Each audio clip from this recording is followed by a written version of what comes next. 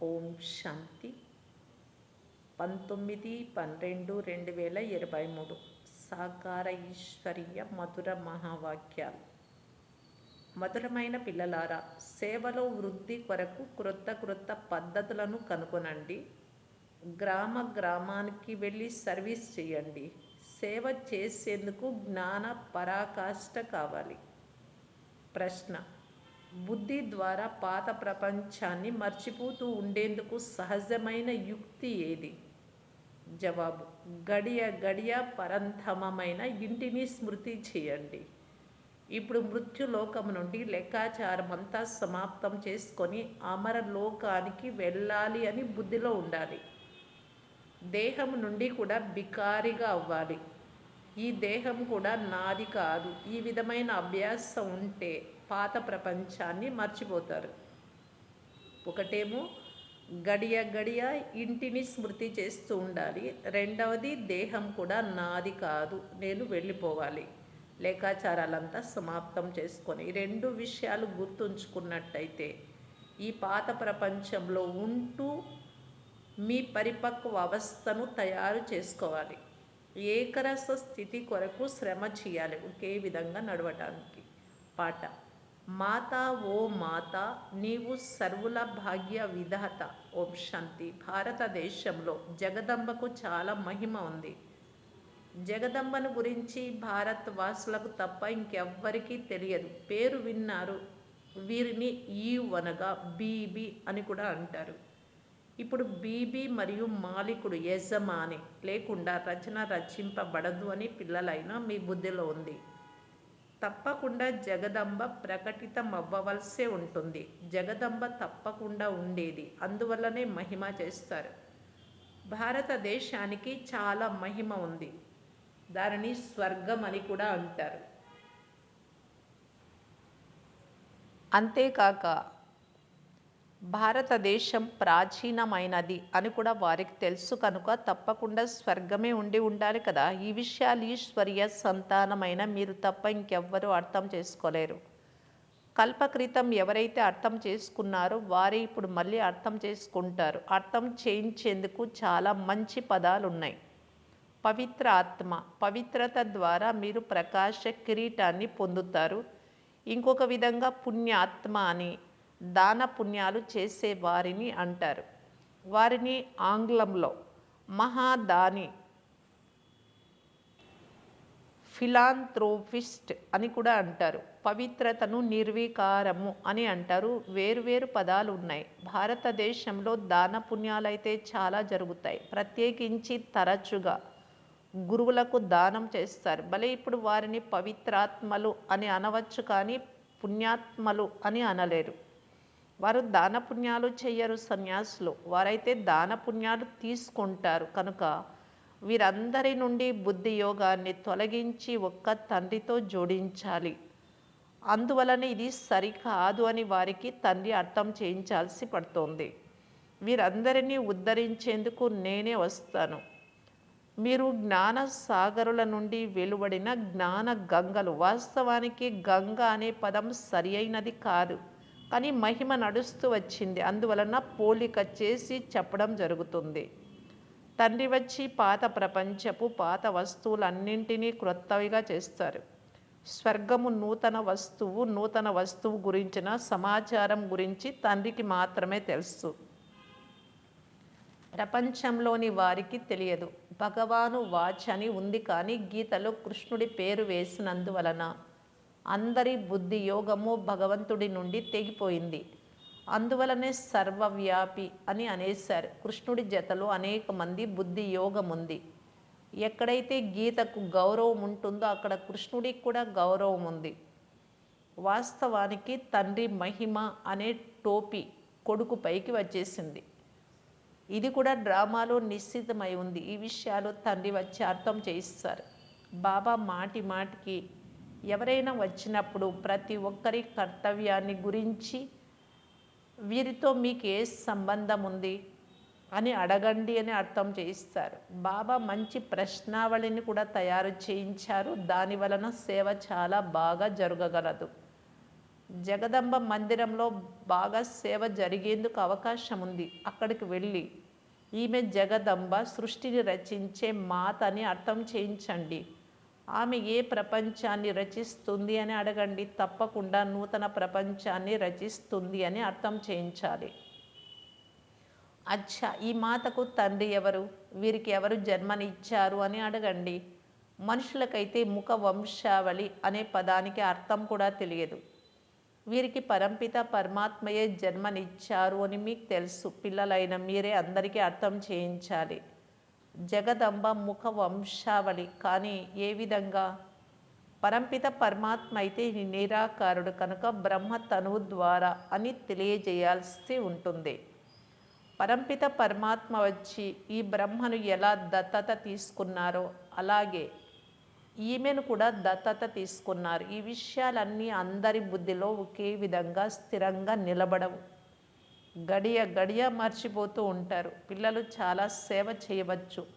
జగదంబ మందిరంలోకి వెళ్ళి పరిచయమును ఇవ్వాలి. తద్వారా వారి బుద్ధి యోగం కూడా తండ్రితో జోడించబడుతుంది. జగదంబ కూడా వారితో యోగం జోడిస్తుంది కనుక మనం కూడా వారితోనే యోగాన్ని జోడించాలి అని చెప్పండి పరమాత్మతో. క్రింద జగదంబ తపస్సులో కూర్చొని ఉంది. వారి మందిరం పైన ఉంది. క్రింద రాజయోగ తపస్సు చేస్తూ ఉన్నారు. తర్వాత సత్యుగంలో రాజరాజేశ్వరిగా స్వర్గ యజమానురాలుగా అవుతుంది. ఇప్పుడు ఇది కలియుగం. మళ్ళీ ఎప్పుడు తపస్సులో కూర్చుంటుందో అప్పుడు స్వర్గానికి యజమానురాలుగా అవుతుంది కదా. మీ బుద్ధిలో ఈ జ్ఞానం అంతా ఉండాలి. ఈ సత్యమైన సలహా మనుషులకు ఇవ్వబడుతుంది. మీరు ప్రతి ఒక్కరి పరిచయమును ఇస్తారు, కానీ ప్రతి ఒక్కరి బుద్ధిలో అంత త్వరగా కూర్చోదు. ఒకవేళ కూర్చుంటే వెంటనే సర్వీస్లో నిమగ్నం అవుతారు. చిత్రాలు కూడా చాలా బాగా తయారు చేయబడి ఉన్నాయి. లక్ష్మీనారాయణల మందిరంలోకి వెళ్ళి అర్థం చేయించవచ్చు. బాబా చెప్తారు, నా భక్తులకు వినిపించండి. భక్తులు తప్పకుండా మందిరాలలోనే లభిస్తారు. వారికి ప్రేమతో అర్థం చేయించండి. ఇవి లక్ష్మీనారాయణల చిత్రాలు. వీరు స్వర్గానికి అధికారులుగా ఉండేవారు అని అందరూ చెప్తారు. అచ్చా, మరి ఇప్పుడు ఇదేమిటి అని అడగండి.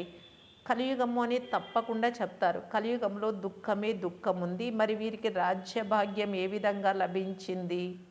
మీకు తెలుసు కనుక మీరు అందరికీ వినిపించగలరు. ఒక్కరికి అర్థం చేయిస్తే సత్సంగము జమ అవుతుంది. అనేక మంది అక్కడ గుమికూడతారు. తర్వాత అందరూ మా వద్దకు రండి, మా వద్దకు రండి అని పిలుస్తారు. మందిరాలలో చాలా పెద్ద మేళా జరుగుతుంది. రాముడి మందిరంలో కూడా వెళ్ళి వారి కర్తవ్యాన్ని గురించి తెలుపవచ్చు. నెమ్మది నెమ్మదిగా యుక్తిగా అర్థం చేయించాలి. చాలామంది పిల్లలు, బాబా మేము ఇలా ఇలా అర్థం చేయించాము అని కూడా లెటర్స్ వ్రాస్తారు.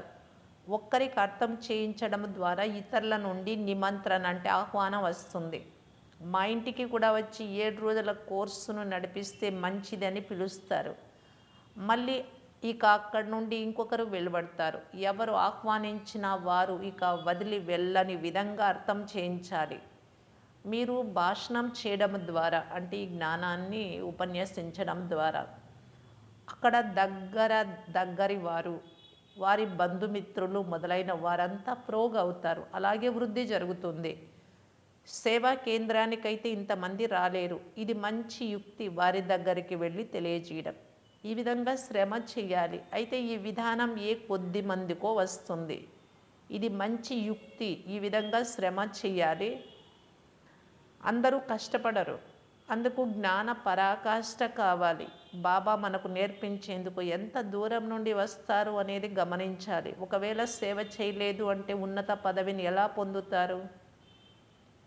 పాఠశాలలో పిల్లలు చాలా మంచి చమత్కారులుగా ఉంటారు. గెంతులేస్తూ ఉంటారు. ఇది కూడా చదువే. ఇది అద్భుతమైన చదువు. ఇందులో వృద్ధులు, యువకులు, పిల్లలు అందరూ చదువుకుంటారు. పేదలకు ఇది ఇంకా చాలా మంచి అవకాశం. సన్యాసులు కూడా వాస్తవానికి పేదవారే. ఎంతో గొప్ప గొప్ప ధనికులైన మనుషులు వారిని తమ వద్దకు పిలుస్తూ ఉంటారు. సన్యాసులు ఇల్లు వాకిళ్లను వదిలి బికారులుగా అయ్యారు. వారి వద్ద ఏమీ లేదు. మీరు కూడా ఇప్పుడు నిరుపేదలే, బికారులే. మళ్ళీ మీరు రాకుమారులుగా అవుతారు. వారు కూడా నిరుపేదలే.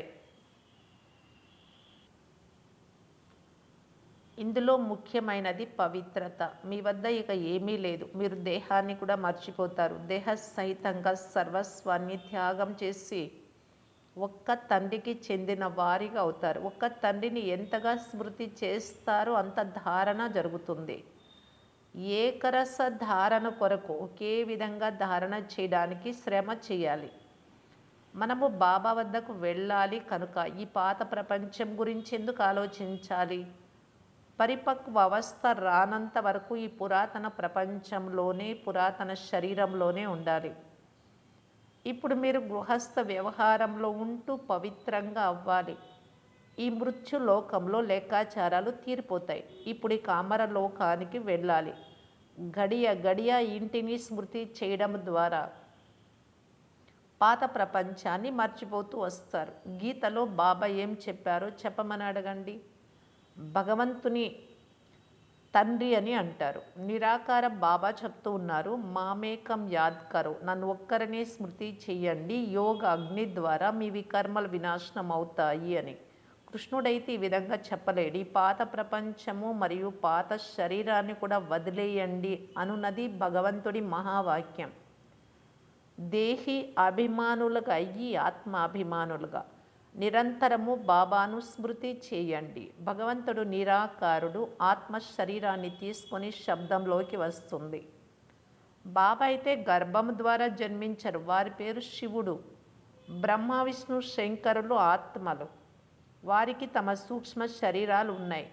వీరు నిరాకార పరంపిత పరమాత్మ. వీరి పేరు శివుడు. వారే జ్ఞాన సాగరులు కూడా. బ్రహ్మ విష్ణు శంకరులను రచయిత అని అనరు. రచయిత అని ఒక్క నిరాకార తండ్రిని అంటారు.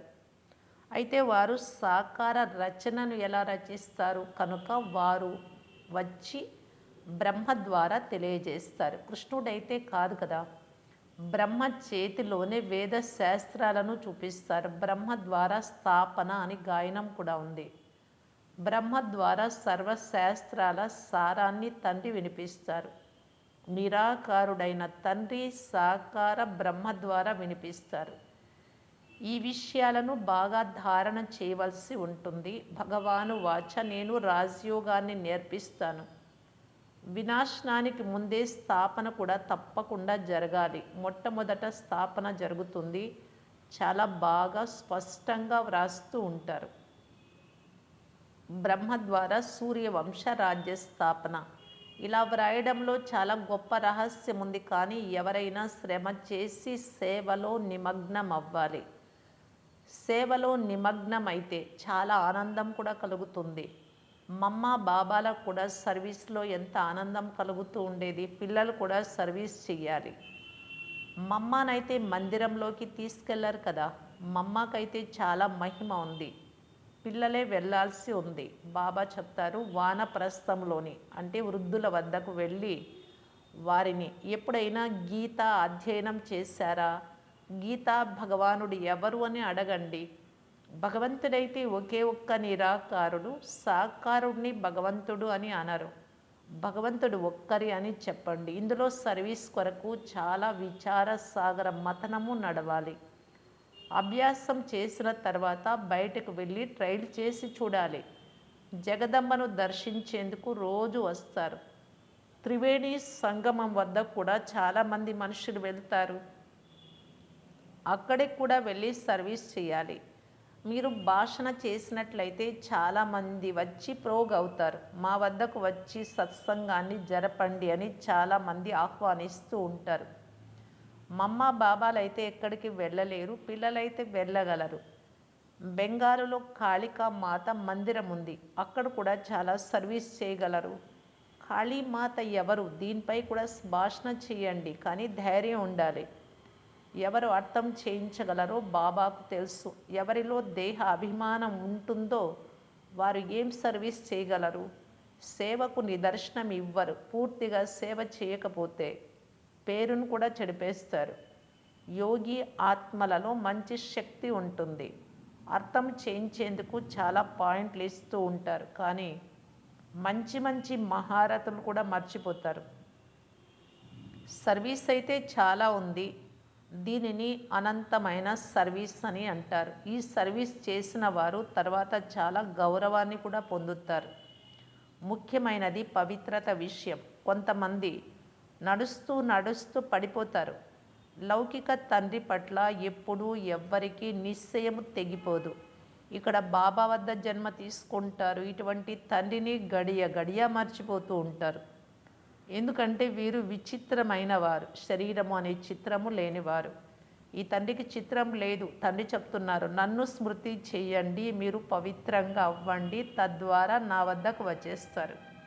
నేను 84 జన్మల పాత్రను అభినయించాను అని ఆత్మ భావిస్తుంది. ఆత్మలోనే పాత్ర నిశ్చితమై ఉంది, కానీ శరీరంలో పాత్ర ఉండదు. ఇంత చిన్న ఆత్మలో ఎంత పెద్ద పాత్ర నిండి ఉంది. బుద్ధిలో ఎంత నశ ఉండాలి. వ్యవహారంతో పాటు, అంటే శరీరానికి పనులు ఉంటాయి కదా గృహస్థంలో, వాటితో పాటు ఈ సర్వీస్ కూడా చేయవచ్చు.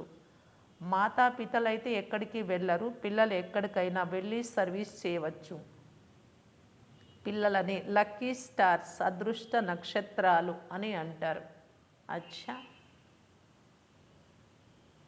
మధురాతి మధురమైన అపురూపమైన పిల్లలకు మాతా పిత బాప్ దాదాల ప్రియ స్మృతులు మరియు గుడ్ మార్నింగ్. ఆత్మిక పిల్లలకు ఆత్మిక తండ్రి నమస్తే. ధారణ కొరకు ముఖ్య సారం. ఫస్ట్ పాయింట్, దేహ అభిమానాన్ని వదిలి సర్వీస్ చేయాలి. విచార సాగర మతనం చేసి బేహద్దు సర్వీస్కు నిదర్శనం ఇవ్వాలి. సెకండ్ పాయింట్, ఈ మృత్యులోకంలోని పాత లెక్కాచారాలన్నీ ఇప్పుడే సమాప్తం చేయాలి. పాత దేహము మరియు పాత ప్రపంచాన్ని బుద్ధి ద్వారా మర్చిపోతూ ఉండాలి. వరదానం, ఒక్కరి స్మృతి ద్వారా ఏకరస స్థితిని తయారు చేసుకొని ఉన్నత పదవికి అధికారి భవ. ఏకరస స్థితిని తయారు చేసుకునేందుకు సదా ఒక్కరి స్మృతిలో స్థితమై ఉండండి. ఒకరికి బదులు వేరే ఎవరైనా స్మృతిలోకి వస్తే ఏకరసానికి బదులు బహురస స్థితిగా అయిపోతుంది. ఏ సమయంలో వేరే ఏదైనా రసం ఆకర్షిస్తుందో ఆ సమయంలోనే మీకు అంతిమ సమయం వచ్చింది అంటే ఉన్నత పదవి లభించదు. అందువలన ప్రతి సెకండు అటెన్షన్ ఉంచండి. సదా ఒకటి అనే పాఠాన్ని పక్కా చేసుకోండి. ఒకే తండ్రి, ఒకే సంగమయుగ సమయం, ఏకరస స్థితి ఉంటే ఉన్నత పదవి యొక్క అధికారం లభిస్తుంది. స్లోగన్, శుద్ధ సంకల్పాలు అనే భోజనాన్ని స్వీకరించేవారే సత్యమైన వైష్ణవులు. అవ్యక్త ఇషారా, అన్ని బంధనాల నుండి ముక్తి అయ్యి జీవన్ముక్తి స్థితిని పొందటానికి బాప్ దాదా తెలియజేస్తూ ఉన్నారు. స్వదర్శన చక్రము సదా మరియు స్వతహాగా తిరుగుతూ ఉంటే, స్వదర్శన చక్రం అనగా 5 స్వరూపాలను మాటి మాటికి గుర్తు చేసుకుంటూ ఉండండి. అన్నీ అందులోనే వస్తాయి. అప్పుడు పరదర్శన చక్రం, వేరే విషయాల చక్రాల నుండి ముక్తులు కాగలరు. ఇప్పుడు ఎందుకు, ఏమి అనే ప్రశ్నల యొక్క వల నుండి సదాకాలానికి ముక్తులు కండి. అప్పుడు యోగయుక్తులు, జీవన్ముక్తి చక్రవర్తులై బాబాతో పాటు విశ్వ కళ్యాణ సేవలో చక్కర్ వేస్తూ ఉండాలి. ఒక్క స్వదర్శన చక్రమే అనేక వ్యర్థ చక్రాలను సమాప్తం చేసేటటువంటిది. ఓం శాంతి.